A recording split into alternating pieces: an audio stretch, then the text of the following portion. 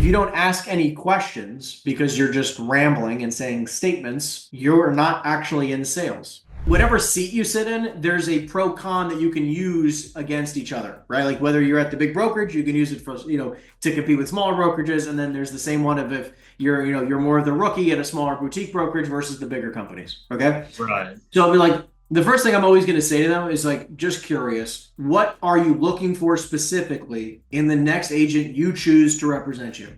Great question. Is the best question you could possibly ask to begin with, because a lot of brokers just run their mouth.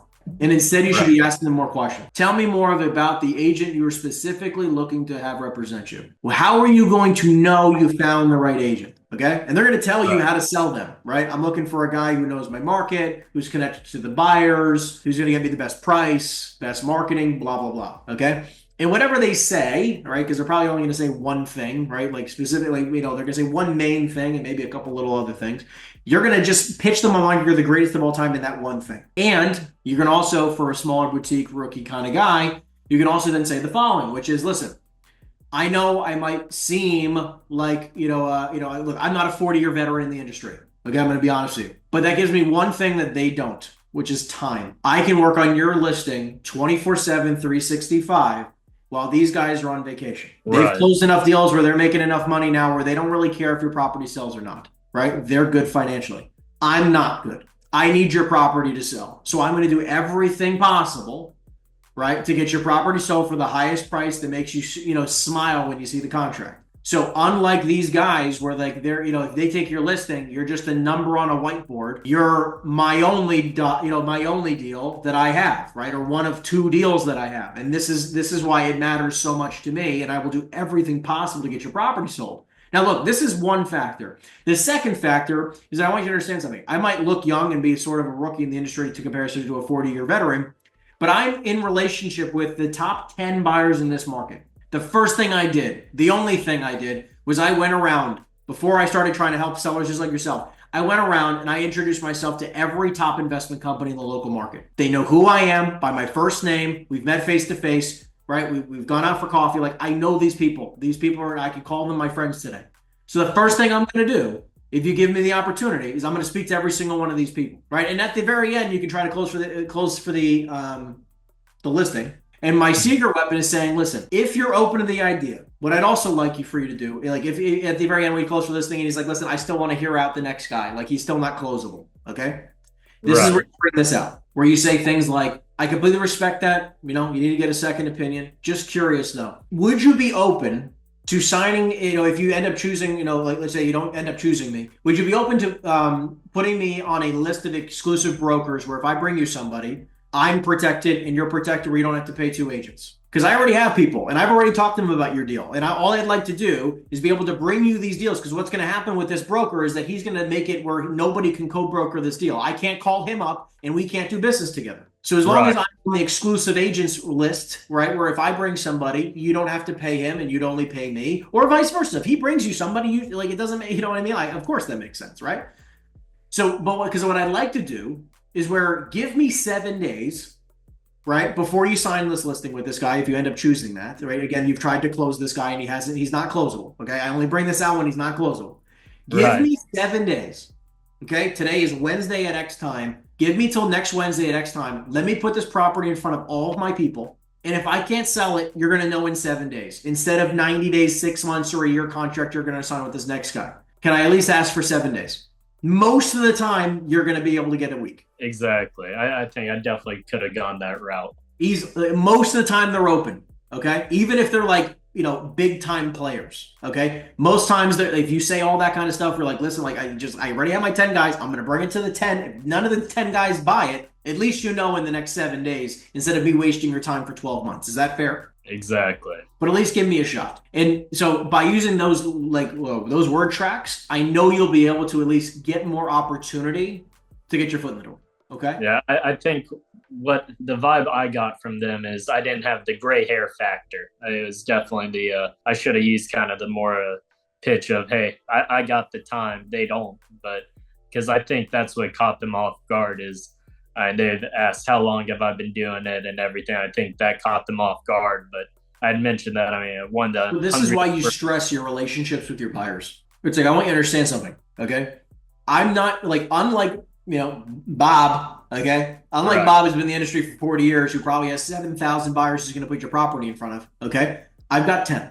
I don't need a year to know if I'm going to sell your property, okay? I've got 10 of the best buyers in this market. I'm telling you, I've spent the countless, like literally the last 12 months, okay, working the best clients in this marketplace. I know who buys the most properties in this area, that of properties just like yours. Okay, I know all of them in this market. So maybe Bob has 2,000 buyers because he's built a database for 40 years. I have 10 people, but I know that 9 of the 10 are probably a great fit for your property. So would you at least give me the opportunity to put in front of these 9 before you do anything? This way you don't have to pay 2 brokers. You'll know, and I'll give me 7 days. Okay. I'm going to work the weekend. Like I'm working every day. I'm going to put this in front of them. I'm going to schedule at least 2 tours. You can count on me to do that. And I'm going to get you at least a contract in your hand. Are you open to doing that or giving me that opportunity for the next 7 days?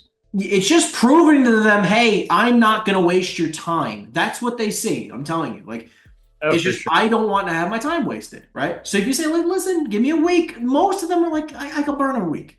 You know what I mean? I would shift that. Now, the last thing I was going to say real quick here was also, okay, yeah. The only thing I would really stress here is when you're on the phone with them, you can also bring that out before Okay. you sign a listing. Real quick, I just want to let you know I work with the top 10 buyers in this marketplace who are looking for properties just like yours. If you're open to the idea of just giving me 7 days, right, before you end up signing a listing with anybody, right? If you're open to the idea, I'd love to schedule a tour with one of my buyers or maybe a few of them where they can come out and I can try to get you an offer before you even sign a listing. Are you even open to that idea?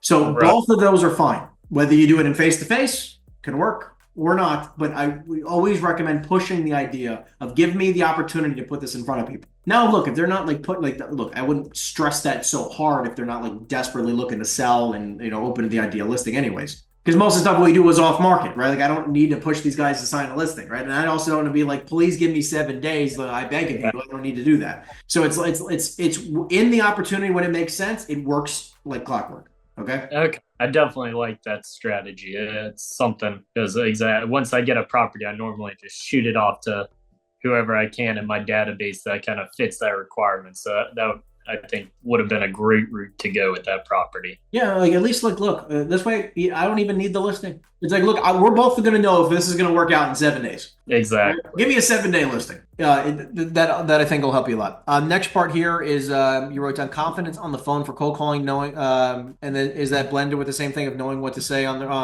or on the right questions to ask for cold calls? So elaborate a little bit more about like the specific part you mean. I've been told that I talk too much. So when I get on the phone, I've been trained to kind of give value, give value, give value.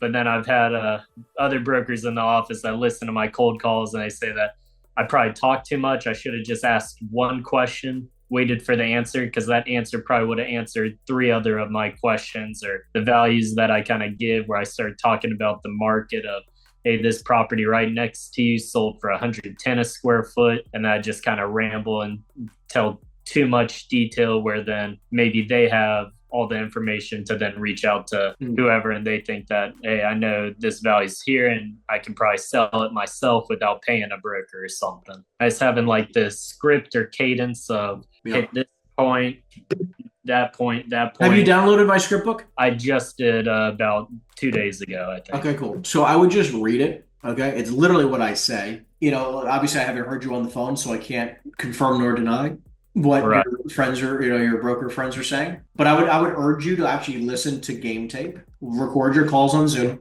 Just anytime you're prospecting, record yourself on Zoom. And as soon as you had a conversation, all I want you to do is that like at the bottom of the screen, like I'm recording right now, you just click stop and then you click start again. And this way, when it transfers into a files, it'll be broken down into the last conversation. You just scroll to the very end and you can listen to your last conversation very easily. And then it could just be little clips because you're just going to listen and you're not going to listen right away. You're going to save that for like that night or when you're at the gym and you're just going to listen to them while you're going. You're going to be able to just listen to yourself because it's hard to know in the moment what you could have said differently. Right. 1,000%. Yeah. So I would urge you to watch your game tape. If you want to record one and send it to me, I can do it. You can do that anytime you want. I would also urge you to, when you're on the phone, like let's just talk about sales for a second openly, right? Right.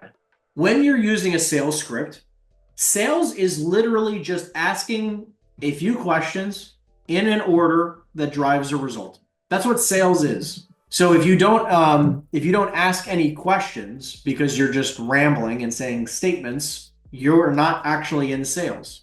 You're an Right. admin.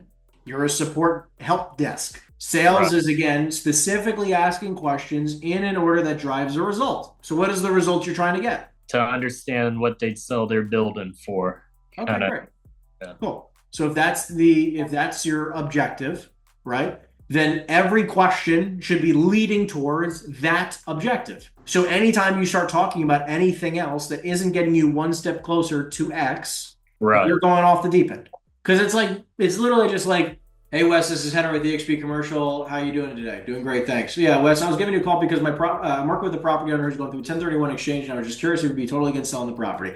Yeah, I'm open to the idea. Okay, great. I'm just curious. Do you happen to have a number in mind? No, I've never really, I've thought about it. I've tossed it around. I don't really have a number in mind. What do you think my property's worth? Well, that's a great question. Instead of spitballing a number, why don't I do this? I'm going to be in the area on Thursday at 1.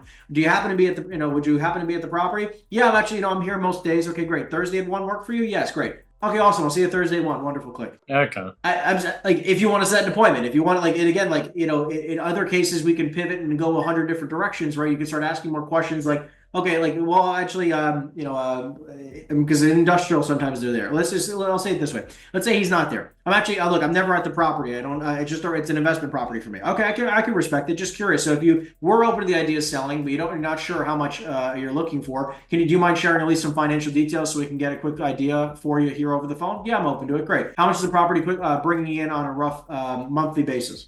That brings in $20,000 a month. Okay, cool. $20,000 a month. Is that triple net or is that gross rents? Oh, okay, it's triple net. Everybody's on triple net leases. Great. What are the what do the leases look like? Are they short term or are they long term? Most of them are on 2 to 3 years. Maybe the longest one's 5 years. Great. How many tenants do you have there? I got 2 tenants, or whatever they're going to say. And you're going to say, ask Right. a little bit a lot more clarifying questions. And you say, okay, great. Just out of curiosity, towards the end of it, you go, have you gotten any offers? I'm imagining the calls like this all the time. So have you received any offers that maybe you've declined in the past? Yeah, the best offer I got was $4 million.